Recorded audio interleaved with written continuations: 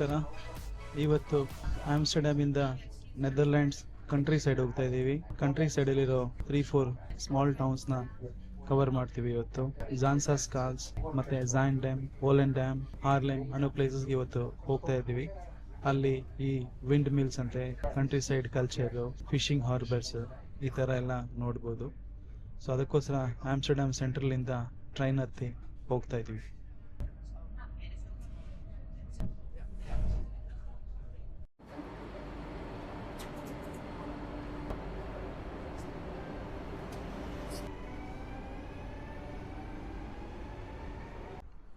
ಈ Zaandam small town ಆಮ್ಸ್ಟರ್ಡ್ಯಾಮಿಂದ 15 minute train journey. ತುಂಬ beautiful town, very very small town.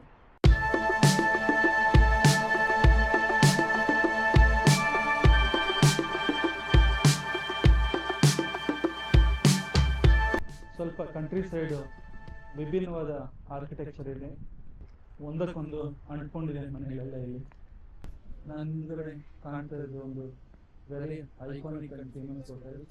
ಸ್ಯಾಂಟಾನಲ್ಲಿ ತುಂಬ ಜನ ಈ ಹೋಟೆಲ್ ನೋಡೋಕ್ಕೆ ಬರ್ತಾರೆ. ಎಷ್ಟು ಡಿಫ್ರೆಂಟ್, ಎಷ್ಟು ಎಸ್ಥೆಟಿಕಲಿ ಪ್ಲೀಸಿಂಗ್ ಇದೆ ನೋಡೋಕ್ಕೆ ಈ ಹೋಟೆಲ್ ಆರ್ಕಿಟೆಕ್ಚರ್. ನೀವೇ ನೋಡಿ, ತುಂಬ ಫೇಮಸ್ ಮತ್ತು ತುಂಬ ಓಲ್ಡ್ ಹೋಟೆಲ್. ಸುಮಾರು 100-150 ವರ್ಷ ಅಷ್ಟು ಹಳೆಯದು. ಇದನ್ನು ಇನ್ ಹೋಟೆಲ್ಸ್ ಅಂತ ಕರೀತಾರೆ. ಇದರಲ್ಲಿ ಸುಮಾರು 70 ರೂಮ್ಸ್ ಇದೆ ಅಂತ. ಈ 70 ರೂಮ್ಸು ನಾರ್ಮಲ್ ರೂಮ್ಸ್ ಥರ ಇಲ್ಲ. 70 ಮನೆಗಳನ್ನ ಒಂದ್ರ ಮೇಲೆ ಒಂದು ಮತ್ತು ಒಂದ್ರ ಪಕ್ಕ ಒಂದು ಕಟ್ಕೊಂಡು ಹೋಗಿ ಈ ಥರ ಬಿಲ್ಡ್ ಮಾಡಿದ್ದಾರೆ. ಎಲ್ಲ ಮನೆಗಳನ್ನ ಡಿಫ್ರೆಂಟಾಗಿ ಐಡೆಂಟಿಫೈ ಮಾಡ್ಬೋದು. ಒಳ್ಳೆ ಅಪಾರ್ಟ್ಮೆಂಟ್ ಥರ ಇದೆ, 70 ಡಿಫ್ರೆಂಟ್ ಮನೆಗಳು. ಮೇಲೆ ನಿಮ್ಗೊಂದು ಬ್ಲೂ ಕಲರ್ ಮನೆ ಕಾಣ್ತಾ ಇದೆ. ಅದನ್ನು ಪೇಂಟ್ ಮಾಡಿರೋದು ಫೇಮಸ್ ಫ್ರೆಂಚ್ ಆರ್ಟಿಸ್ಟ್ ಮೋನೆಟ್ ಅಂತೆ. ಆತ ಇಲ್ಲಿ ಸುಮಾರು 1870ರಲ್ಲಿ ಬಂದು ಈ ಝಾಂಡಮಲ್ಲಿ ಇದ್ದಾಗ ಅದನ್ನು ಪೇಂಟ್ ಮಾಡಿರೋದಂತೆ. ಅಂದರೆ ಸುಮಾರು 150 ವರ್ಷ ಹಿಂದ್ಗಡೆ ಪೇಂಟ್ ಮಾಡಿರೋದು.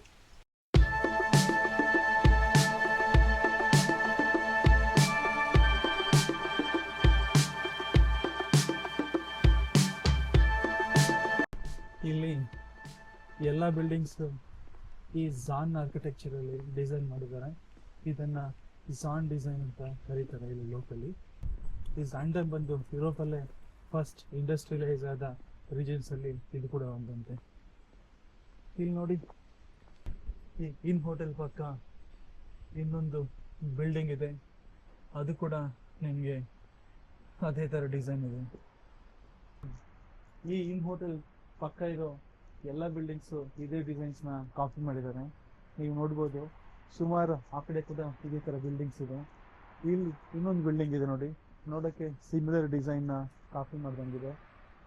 ಇದನ್ನು ಝಾನ್ ಸ್ಟೈಲ್ ಆಫ್ ಡಿಸೈನ್ ಅಂತ ಕರೀತಾರೆ. ತುಂಬ ಲೋಕಲಿ ವೆಲ್ ನೋನ್ ಡಿಸೈನ್ ಅಂತೆ.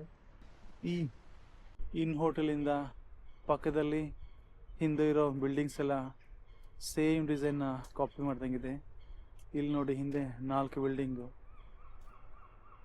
ನೋಡೋಕ್ಕೆ ಸ್ವಲ್ಪ ಡಿಫ್ರೆಂಟ್ ಆಗಿದೆ, ಬಟ್ ಡಿಸೈನ್ ಮಾತ್ರ ಸೇಮ್ ಕಾಪಿ ಮಾಡ್ದಂಗೆ ಇದೆ. ಝಾಂಡಮಲ್ಲಿ ಐಕಾನಿಕ್ ಇಂಟೆಲ್ ಹೋಟೆಲ್ ಮುಗಿಸ್ಕೊಂಡು ನಾವು ನೆಕ್ಸ್ಟ್ ಪ್ಲೇಸ್ ಹೋಗ್ತಾ ಇದ್ದೀವಿ, ಜಾನ್ಸಾ ಸ್ಕಾನ್ಸ್ ಅಂತ. ಇಲ್ಲಿಂದ ವೆರಿ ಶಾರ್ಟ್ ಡಿಸ್ಟೆನ್ಸ್. ಝಾಂಡಮಲ್ಲಿ ಟೆಂಪ್ರೇಚರ್ -2 ಡಿಗ್ರೀಸ್. ನೆದರ್ಲ್ಯಾಂಡ್ಸಲ್ಲಿ ಟ್ರೈನ್ಸ್ ತುಂಬ ಪಂಕ್ಚುಯಲ್, ತುಂಬ fast, complete country well connected. ಎಲ್ಲಿಂದ ಎಲ್ಲಿ ಬೇಕಂದ್ರೂ ಹೋಗ್ತಾ ಇರ್ಬೋದು, ಕಾರ್ಡ್ ಟ್ಯಾಪ್ ಮಾಡ್ಬೋದು, ಟಿಕೆಟ್ ಬೈಯಿಂಗ್ ಏನೂ ಇರಲ್ಲ, ಇನ್ಕ್ಲೂಡಿಂಗ್ ಫಾರಿನರ್ಸ್. ಈ ಥರ ಟ್ರೈನ್ಸ್ನ ಸ್ಪ್ರಿಂಟರ್ ಅಂತಾರೆ. ಸ್ಪ್ರಿಂಟರ್ ಥರನೇ ಓಡ್ತಾ ಇರುತ್ತೆ, ಒಳ್ಳೆ ಸ್ಪೀಡಲ್ಲಿ, ವೆರಿ ಪಂಕ್ಚುಯಲ್ ಆಗಿ. ರೈಲ್ವೆ ಸ್ಟೇಷನ್ ತುಂಬ ಕ್ಲೀನಾಗಿದೆ, ಶಾಪ್ಸ್ ಗೀಪ್ಸ್ ಏನೂ ಇಟ್ಟಿಲ್ಲ ಇಲ್ಲಿ. ಬರೀ ವೆಂಡಿಂಗ್ ಮೆಷಿನ್ಸ್ ಇದೆ, ಅಡ್ವರ್ಟೈಸಿಂಗ್ ಬೋರ್ಡ್ಸ್ ಇದೆ, ಜನ ಕೂತ್ಕೊಳ್ಳೋಕೆ ಚೇರ್ಸ್ ಹಾಕಿದ್ದಾರೆ.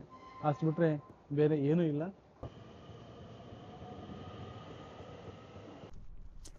ಝಾಂಡಮ್ ಮುಗಿಸ್ಕೊಂಡು ಇವಾಗ ನಾನು ಹೋಗ್ತಾ ಇರೋ ಪ್ಲೇಸ್ ಹೆಸರು ಜಾನ್ಸಾ ಸ್ಕಾನ್ಸ್ ಅಂತ. ಇದು ಝಾಂಡಮಿಂದ ನಾರ್ತ್ಗೆ ಒಂದು 5 ನಿಮಿಷ ಟ್ರೈನ್ ಜರ್ನಿ ಅಷ್ಟೇ, 4-5 ಕಿಲೋಮೀಟರ್ ಇದೆ.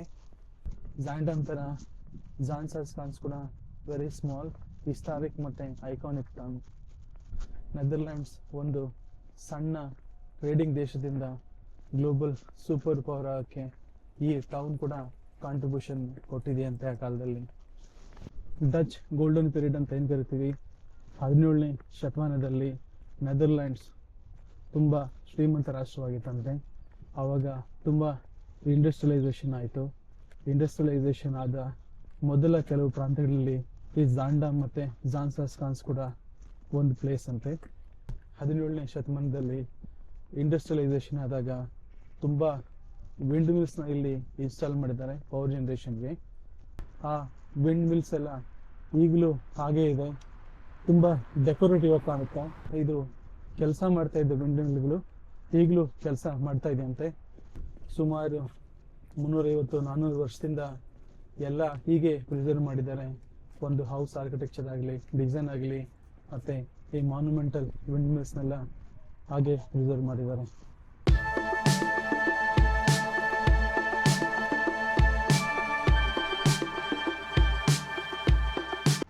ಕೊನೆಗೂ ಐಕಾನಿಕ್ ಝಾನ್ಸಾ ಸ್ಕಾಲ್ಸ್ ಹತ್ರ ಬಂದೇ ಬಿಟ್ವಿ. ಹಿಂದ್ಗಡೆ ನೋಡಿ ಲೇಕ್, ಆ ಕಡೆ ಈ ಕಡೆ ಬ್ಯೂಟಿಫುಲ್ ಹೌಸಸ್, ಪಕ್ಕದಲ್ಲಿ ಬ್ಯೂಟಿಫುಲ್ ವಿಂಡ್ ಮಿಲ್ಗಳು. ತುಂಬ ಫೋಟೋಜೆನಿಕ್ ಪ್ಲೇಸ್ ಇದು. 17ನೇ ಶತಮಾನದ ಎಲ್ಲವನ್ನು ಇವರು ಅಳವಡಿಸ್ಕೊಂಡು ಹಾಗೆ ಪ್ರಿಸರ್ವ್ ಮಾಡ್ಕೊಂಡಿದ್ದಾರೆ.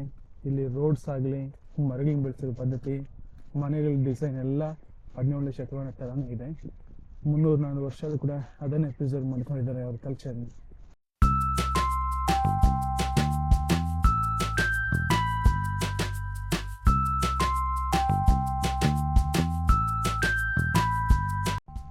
ನಾವು ಯಾವಾಗಾದರೂ ಯುರೋಪ್ಗೆ ಬಂದಾಗ ಈ ಥರ ಕಂಟ್ರಿ ಸೈಡ್ನ ಕೂಡ ಎಕ್ಸ್ಪ್ಲೋರ್ ಮಾಡಿದ್ರೆ ತುಂಬ ಚೆನ್ನಾಗಿರುತ್ತೆ, ಯೂನಿಕ್ ಎಕ್ಸ್ಪೀರಿಯನ್ಸ್.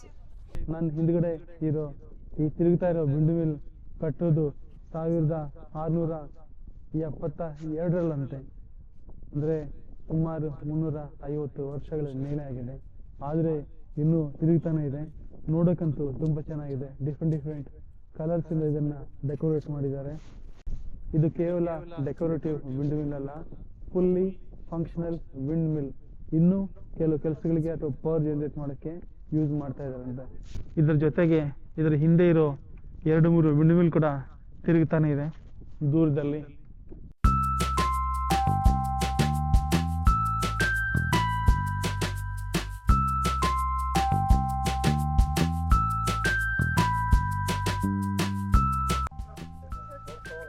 ನಾವು ಚೀಸ್ ಮೇಕಿಂಗ್ ಒಳಗಡೆ ಹೋಗ್ತಾ ಇದ್ದೀವಿ. ಇಲ್ಲಿ ಚೀಸ್ನ ತಯಾರಿ ಮಾಡ್ತಾರೆ. ಫ್ರೀ ಸ್ಯಾಂಪಲ್ ಅಥವಾ ಫ್ರೀ ಟೇಸ್ಟಿಂಗ್ ಕೂಡ ಇದೆ. ಕುರಿ ಬೊಂಬೆಗಳನ್ನ ಇಟ್ಟಿದ್ದಾರೆ ಇಲ್ಲಿ, ನೋಡಕ್ಕೆ ರಿಯಲ್ ಕುರಿ ಥರನೇ ಇದೆ. ಮತ್ತೆ ಹಸುಗೆ ಹಾಲು ಕರಿತಾ ಇರೋದು ಎಷ್ಟು ರಿಯಲಿಸ್ಟಿಕ್ ಆಗಿದೆ ಅಂದ್ರೆ ಹಸು ಗೊತ್ತಾಗೋದೇ ಇಲ್ಲ. ಚೀಸ್ ಮೇಕಿಂಗ್ದು ಆಡ್ಸ್ನ ಡಿಸ್ಪ್ಲೇ ಮಾಡಿದ್ದಾರೆ ಇಲ್ಲಿ. ಫಸ್ಟ್ ಮಿಲ್ಕಿಂಗ್, ಆಮೇಲೆ ಮಿಕ್ಸಿಂಗ್, ಸೆಪರೇಟಿಂಗ್, ಅದಾದ್ಮೇಲೆ ಪ್ರೆಸ್ಸಿಂಗ್, ಸಾಲ್ಟಿಂಗ್, ಡ್ರೈಯಿಂಗ್ ಮತ್ತೆ ಮ್ಯಾಚೂರಿಂಗ್, ಇಷ್ಟೆಲ್ಲ ಪ್ರೋಸೆಸ್ ಇರುತ್ತೆ ಚೀಸ್ ಮಾಡೋದ್ರಲ್ಲಿ. 1951 ಇದಾರಂತೆ ಇವರು. ಇಲ್ಲಿ ದೊಡ್ಡ ಚೀಸ್ ಅಂಗಡಿನೇ ಇದೆ. ಇಲ್ಲಿ ಮಾರ್ತಾ ಇದ್ದಾರೆ. ತುಂಬಾ ಡಿಫ್ರೆಂಟ್ ಟೈಪ್ಸ್ ಆಫ್ ಚೀಸ್ ಅದರ ಆರ್ಟಿಫಿಕ್ಸ್ ಎಲ್ಲ ಇದೆ ಇಲ್ಲಿ.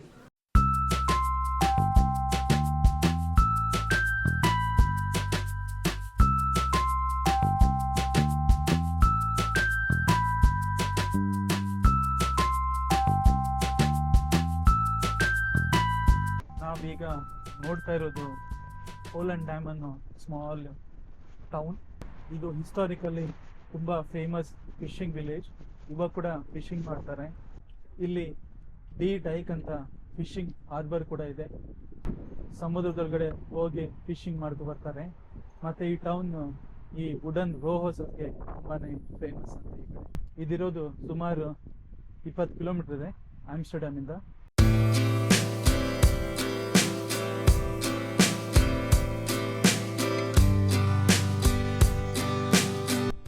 ಎಲ್ಲ ಮನೆಗಳ ಫಸಾಡು ಒಂದೇ ತರ ಇದೆ. ಮುಂದೆ ಬ್ರಿಕ್ಸ್ ತರ ಕಟ್ಟದಂಗಿದೆ, ಮೇಲೆ ಮಾತ್ರ ಹೀಗೆ ಹೆಂಚಾಕಿದ್ದಾರೆ. ಇಲ್ಲಿ ಸ್ನೋಫಾಲು ಫ್ರಾಸ್ಟ್ ಜಾಸ್ತಿ ಆದ ಕಾರಣ ಮನೆ ಮೇಲೆ ನಿಲ್ಬಾರ್ದಂತ ಈ ಥರ ಸ್ಲೋಪ್ ಕೊಟ್ಟಿರ್ತಾರೆ. ಈ ಕಡೆ ನೋಡಿ, ನನ್ನ ಹಿಂದ್ಗಡೆ ಕಾಣಿಸ್ತಾ ಇರೋ ಬ್ಯೂಟಿಫುಲ್ ವುಡನ್ ರೋ ಹೌಸಸ್.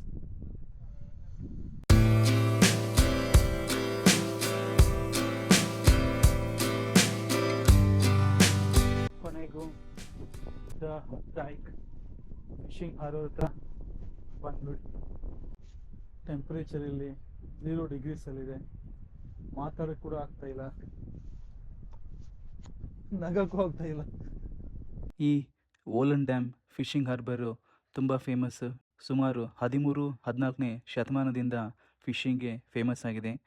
ಇದು ಒಂದು ಸಣ್ಣ ಫಿಶಿಂಗ್ ವಿಲೇಜ್ ಆಗಿ ಸ್ಟಾರ್ಟ್ ಆಗಿ ದೊಡ್ಡ ಫಿಶಿಂಗ್ ಹಾರ್ಬರ್ ಆಗಿ ಮತ್ತು ಫೇಮಸ್ ಟೂರಿಸ್ಟ್ ಡೆಸ್ಟಿನೇಷನ್ ಆಗಿ ಇದು ಮಾರ್ಪಟ್ಟಿದೆ. ಇದರ ದಂಡೆ ಮೇಲೆ ತುಂಬ ಸೀ ಫುಡ್ ರೆಸ್ಟೋರೆಂಟ್ಸ್ ಇದೆ. ಇಲ್ಲಿ ಸೀ ಫುಡ್ ತಿನ್ನಲೇಬೇಕಂತ ಹೇಳ್ತಾರೆ ಇಲ್ಲಿ ಬರೋರೆಲ್ಲರೂ.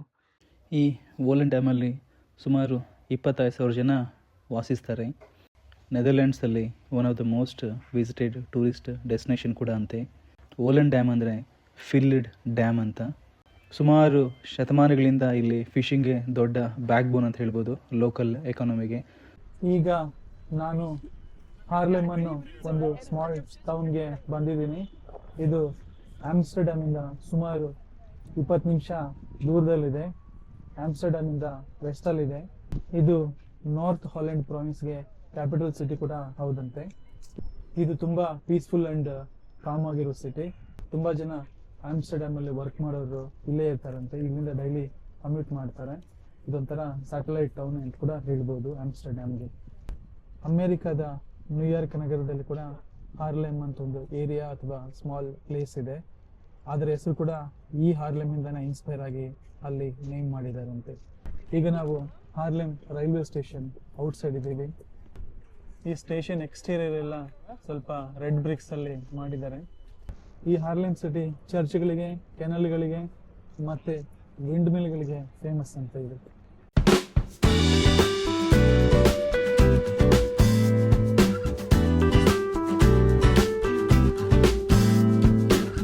ರೋಡ್ಸ್ ಎಲ್ಲ ಇಲ್ಲಿ ಬ್ರಿಕ್ಸ್ ಮತ್ತೆ ಕಾಬಲ್ ಸ್ಟೋನ್ ಇಂದ ಕಟ್ಟಂಗಿದೆ. ತುಂಬಾ ಸೈಕ್ಲಿಂಗ್ ಮಾಡ್ತಾರೆ ಈ ಸಿಟಿಯಲ್ಲಿ ಕೂಡ. ವೆಹಿಕಲ್ಸ್ ಕಮ್ಮಿ, ಬಟ್ ಸೈಕಲ್ಸ್ ತುಂಬಾ ಜಾಸ್ತಿ.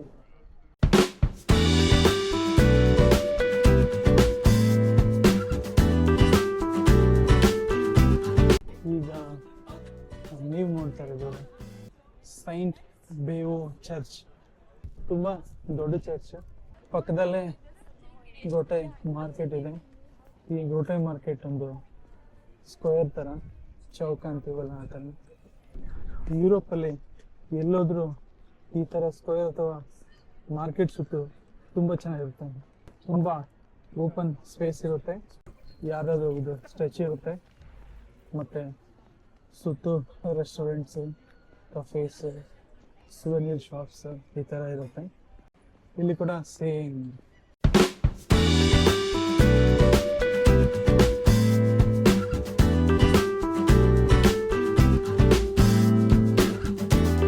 ನಗರ ಇರೋದು ಫಾರ್ನಾ ನದಿ ದಡದ ಮೇಲೆ. ಈ ಹಾರ್ಲೆಮ್ ಟೌನ್ ಮುಖಾಂತರ ಈ ಫಾರ್ನಾ ನದಿ ಹರಿದು ಹೋಗುತ್ತೆ. ತುಂಬಾ ಬ್ಯೂಟಿಫುಲ್ ಆಗಿ, ತುಂಬಾ ಕ್ಲೀನ್ ಆಗಿ ಕೂಡ ಇದೆ ಈ ನದಿ. ನನ್ನ ಹಿಂದೆ ಇನ್ನೊಂದು ವಿಂಡ್ ಮಿಲ್ ಕಾಣ್ತಾ ಇದೆ. ಅದ್ರ ಹೆಸರು D18 ವಿಂಡ್ ಮಿಲ್ ಅಂತ. ತುಂಬಾ ಕಾಮ್ ಆಗಿ ಪೀಸ್ಫುಲ್ ಆಗಿದೆ ಈ ನಗರ. ಆಮ್ಸ್ಟರ್ಡ್ಯಾಮ್ ಥರ ನಾಯ್ಸ್ ಅಂಥದ್ದೆಲ್ಲ ಏನೂ ಇಲ್ಲ. ಆಮ್ಸ್ಟರ್ಡ್ಯಾಮಲ್ಲಿ ಕೆಲಸ ಮಾಡೋ ತುಂಬ ಜನ ಇಲ್ಲಿಂದಾನೇ ಹೋಗಿ ಬರ್ತಾರಂತೆ, ಇಲ್ಲಿ ಸ್ಟೇ ಮಾಡ್ತಾರೆ.